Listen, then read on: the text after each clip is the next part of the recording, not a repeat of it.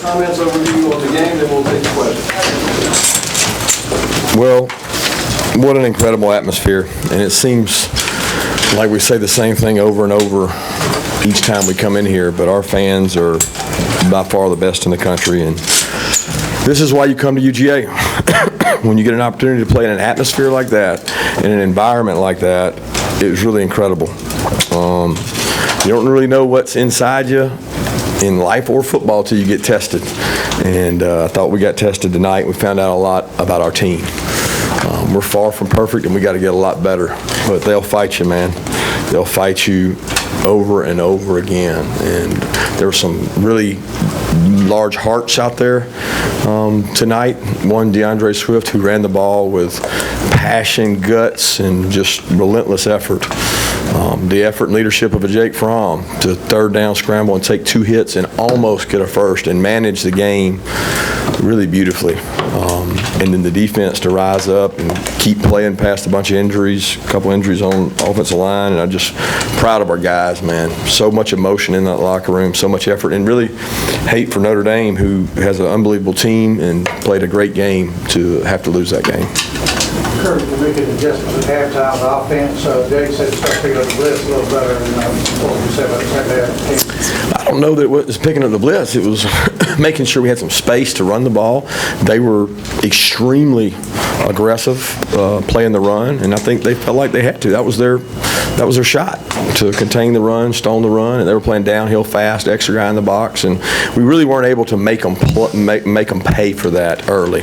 Where in the second half, loosened them up a little bit, opened things up a little bit more, went a little more tempo when we had a chance, and basically wore them down. I mean, we were able to run the ball better because we had been running the ball, and I thought our conditioning played a major favor in that game as the game went on. Coach, what was going on with their tight end number 84? He was having a lot of success there at the beginning. A hell of a player.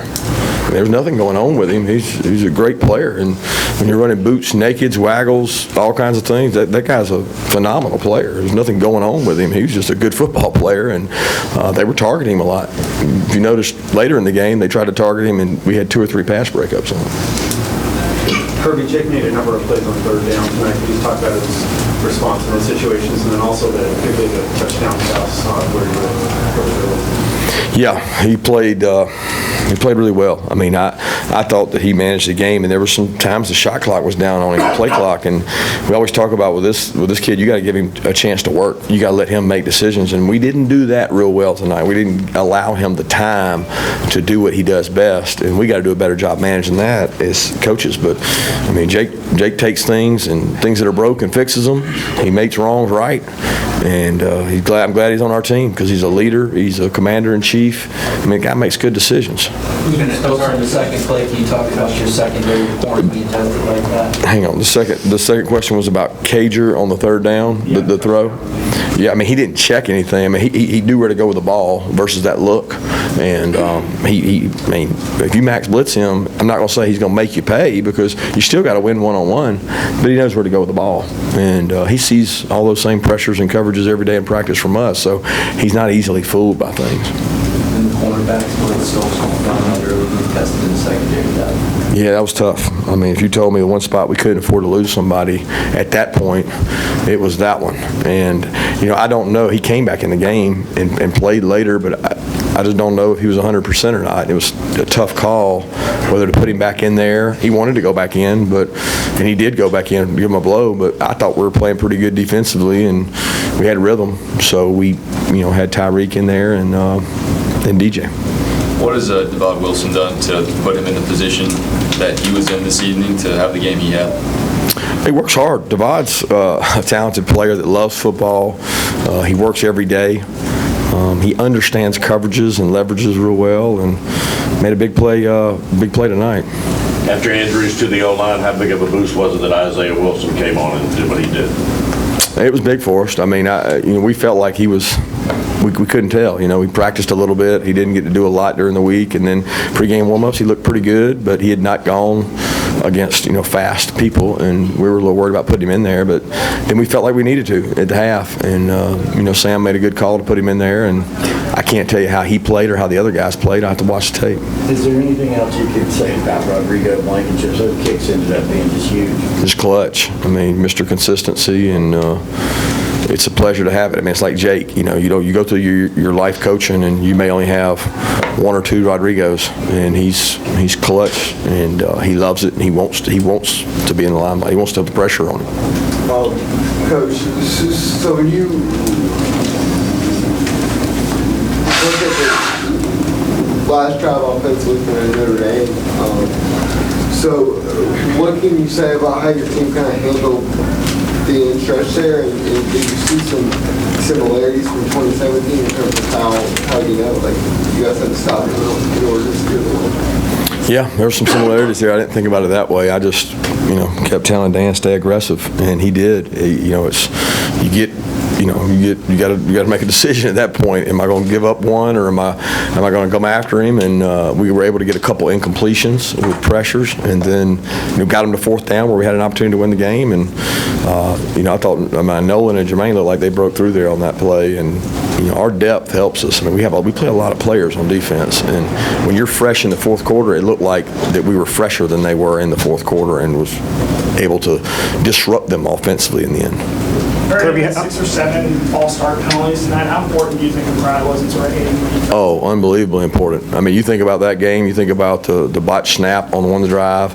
I mean, they impacted the game tonight more than I've ever seen a game impacted, not only here but anywhere, where they just affected the game with the false starts and the different things, and it burnt their timeouts. It's a different game if they're calling timeout at the end of the game to get the right play, right personnel, maybe get guys fresh, and now they don't have them, and the clock's running because they burned them earlier because of the crowd noise caused them to. So it was definitely the 12th man today, and we certainly needed it. Kirby, how huge is it for you guys to be tested like this? What does that mean for you going forward with the rest of these 8 games?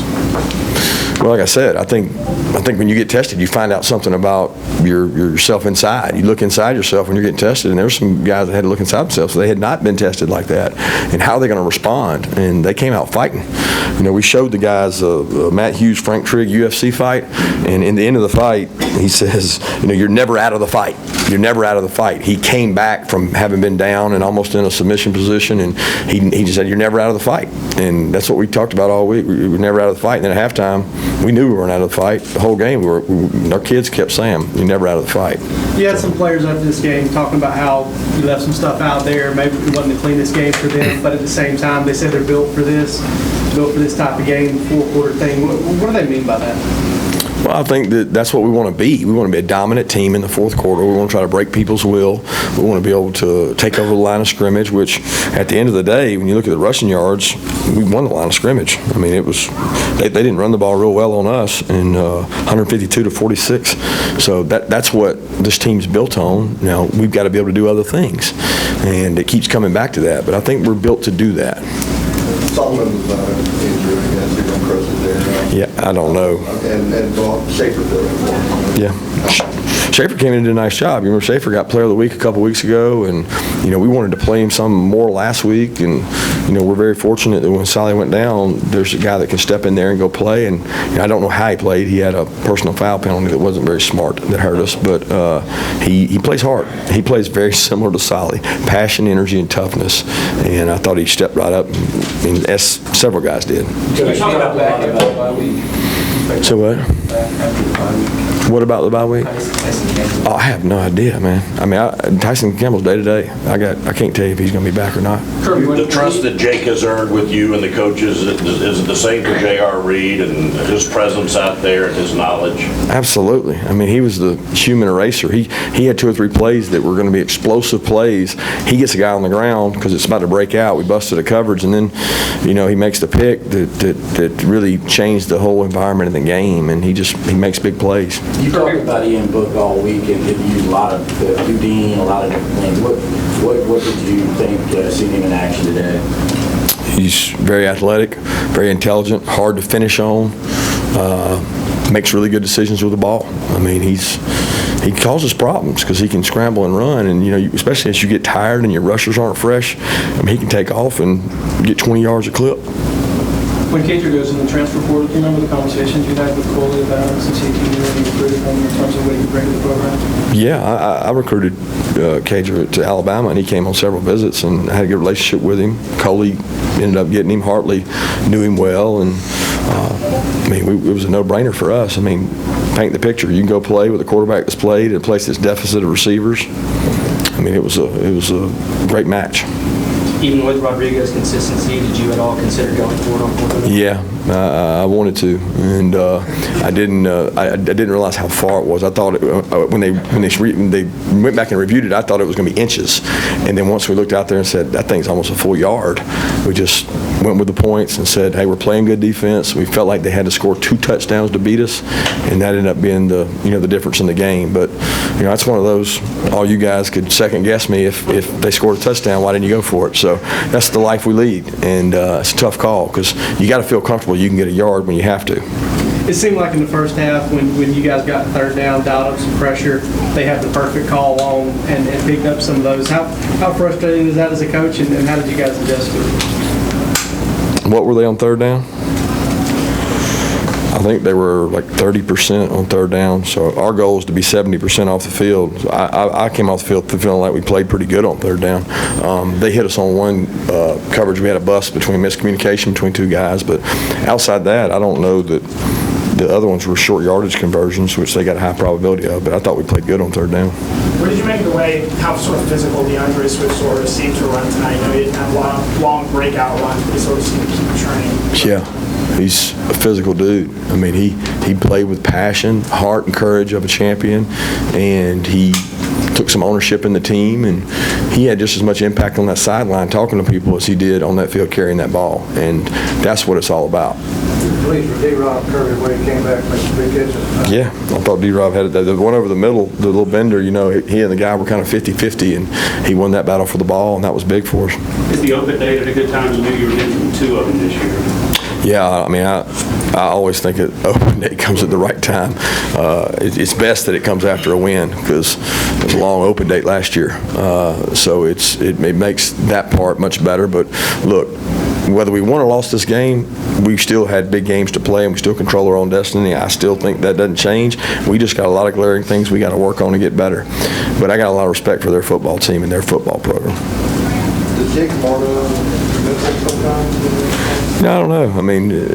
Kid didn't hit a great punt, but we picked him up. We got his back, and he's an unbelievable punter. He just didn't hit great punts tonight, and he'll go back to the drawing board, and we'll keep getting him better. You talked about turnover margin earlier. Yeah. Those 2 turnovers in the second half, particularly the odds take on that first drive. Huge. I still don't know that we had him covered. It was, you'll have to be the judge and look at it. It was more he handed it to us than we just took it because it hit him and he had the first and it ricocheted off. So some of that's luck. But 2 turnovers to, I guess, R1, is that correct? So if you beat them in the penalty war and the turnover margin, I think we had studied they had like 27 straight games where they had not lost the turnover battle or they had not lost a game that they didn't lose the turnover battle. I think the last time is they tied us in the turnover margin the last time they played and lost. So it was just emphasized over and over this week about beating them in the turnover margin. And we couldn't get a fumble off of them, and we tried, but we did get the 2 picks. Sanford Stadium now has special effects like never before. What did you kind of think of that, and how much were you kind of paying attention to all that? I know you got a game. I have no idea what you're talking about. I was worried the power went out a couple times. I didn't blink. As long as my headphones worked, I was good. 2 more questions? Any special reason why you didn't go to Pickens more in the first half? He had single coverage, it looked like. Yeah, it might look like it, but it wasn't always single coverage, and there were some things they were doing, creating some problems for us. They did a good job mixing things up front, and to be honest with you, George is continuing to improve, and we want to go to George every opportunity we get. George has to be the complete player. He blocked really well tonight, did some good things tonight. We tried to go to him in the end, but in the beginning, they didn't present us an opportunity to do that a lot, and it's not one-on-one like you think when it's quarters. Last question, anybody?